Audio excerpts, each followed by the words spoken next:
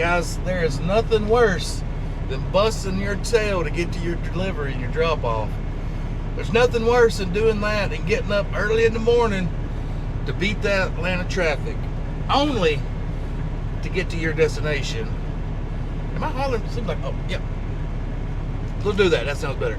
Only to get to your destination and realize your paperwork, the PO, the delivery number is wrong.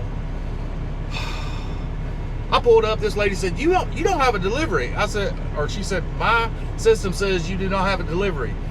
I looked at her. I said, "Well, my system says I do, and it's 12 o'clock." She's like, "No, you don't have one. So you're gonna have to." I said, "Can I sit here until I figure it out?" She said, "Yeah, turn around, come back out the exit." So I turned around, went back out the exit, pulled over to the edge of the road right here. Well, not where I'm at now, because I pulled to the exit, over to the road, off to the side, into the no parking area, so I could get this situated. I got away with it for about 5 minutes, and then another security guard came running around there. "Hey, you got to go." So she said, "Pull down this road with the rest of these trucks." She said, "What you trying to do?" I said, "I'm trying to get a good PO number." I said, "If it's going to take a while, I was going to leave." I said, "But if I can take care of it pretty quick, I didn't want to leave and have to backtrack all the way over here." She said, "Well, pull over next with the rest of these trucks." Mind you, there's 8 or 9 trucks in this street. Now I'm at the beck and mercy of the broker to call me back and try to get this situated. Because guys, this sucks. When this is done, I'm about 90% sure I'm going home for a couple weeks. I got a Florida trip planned next week. We're going down to Cocoa, and this is terrible. Anyways, guys, yeah, I will come back to you here shortly. Hopefully it's shortly, and I can get this situated and get the heck on out of here and go back home, because I'm right down the road. So y'all say a prayer, twinkle your toes, wiggle your nose, whatever you got to do, rain dance, that this gets over with quickly, because it sucks waiting. It sucks. If it was an intentional wait, cool. But when you're at the mercy of somebody else, the broker, to get in contact, and they're at the mercy of the receiver, when you're at the mercy of those, it just sucks. Because they could come back and say, "We got you another appointment. It's going to be 3 days from now." Yeah. Anyways, guys, yeah, I'll come back to you here directly. Take that, you sucker! Take it! Woo! Yes! Yes! Ooh, I can feel it. They're about to call. They're not calling.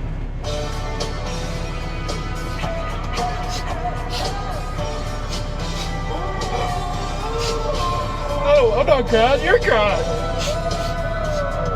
So, after a short break, watching a movie or so, it was, I got tired of sitting there.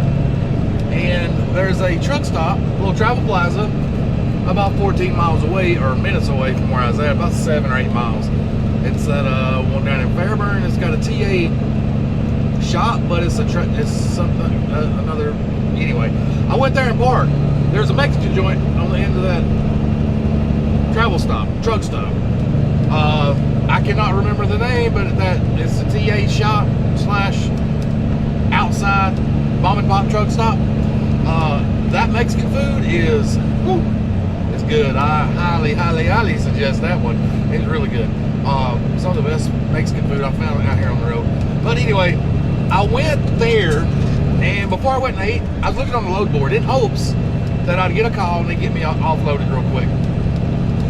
And I found a load, and I thought, all right, well, this load right here, it puts me out till Wednesday night. It brings me back towards Atlanta Wednesday night. All right, and what the load was is about $4,000 a loss, right? It's coming out of Atlanta or McDonough, going north for $1,500, and coming back south for $2,500. Now, mind you, I'd had to run my ass off, but I would have made it, you know. So $4,000 in 3.5 days. So yeah, that's what I was going to do. And I'm sitting there patiently waiting. I'm like, all right, this load does not need to be picked up till like 9 o'clock tonight. If they get me offloaded, I'm going to grab it and roll. But that's not the case. I'm going to go into,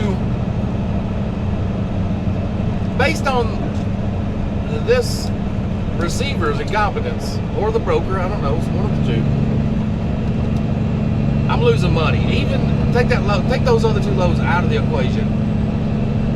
Every day this truck's rolling, I'm doing over $1,000. If I'm not rolling, I'm not doing over $1,000. They call me and say, we got you another appointment.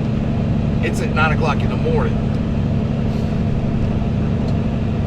They only want to pay a couple $100. I went tooth and nail with them. I said, you cost me thousands of dollars. You want me to be happy over a couple $100 just sitting? Oh, I bleeded tooth and nail. Get me offloaded. I've got another load to go pick up. And this going up here, coming back here, we're talking about $4,000. Sorry, sir. This is all we got. But what do you do? You know, you got to take the ups and the downs, the ins and outs. You got to roll with the punches. I knew I could have really showed my butt, but I didn't feel that I would get anywhere with it. Usually, if I'm at a shipper, the problem's there, or a receiver, and the problem's there, and I get face to face with somebody, I can usually take care of things. But when you're dealing with people on the phone, it's not as an easy task. But anyway, I could be pissed off about it, stay mad about it, but like I said, you got to roll with the punches. So in lieu of that, I'm going home. I'm going to spend about 2 weeks home. Last week we crammed in a little short vacation down in Florida, so we're going to go do that here soon. And well, I got to be back rolling. Boy, it's a pretty Peterbilt. That's sky blue. I don't know if you guys seen that. It was over there. Last part of the first week of August, I got to get out and go back to Dallas, back to the convention center, and pick up the Mary Kay load. And from there, I'm thinking about taking another load for America. I'm thinking about it, and that's going to Colorado. So I'm trying to wait and see what kind of rates we can get together on that one, because if you've been around the channel a while, you know I'm a huge fan of Colorado. I've been there twice. Well, I went a few months ago, skipping through, but I dodged skill houses. A few years ago I went and I got 4 stupid violations, like warnings. They could have at least wrote me a ticket, and I could have fought it, but it was dumb. But I try to avoid Colorado, is what I'm trying to say. Anyways, guys, if you're still hanging in there, you rock, you're awesome. Give me a big old thumbs up if you like the video. Subscribe if you're not subscribed. I put out a video. Give me a big old thumbs up if you like the video. Consider subscribing if you're not subscribed. I put out videos on the regular, all things trucking. Till that next video, guys. If it don't make sense, don't make dollars. But if it don't make sense, why are you doing it? See you, bye.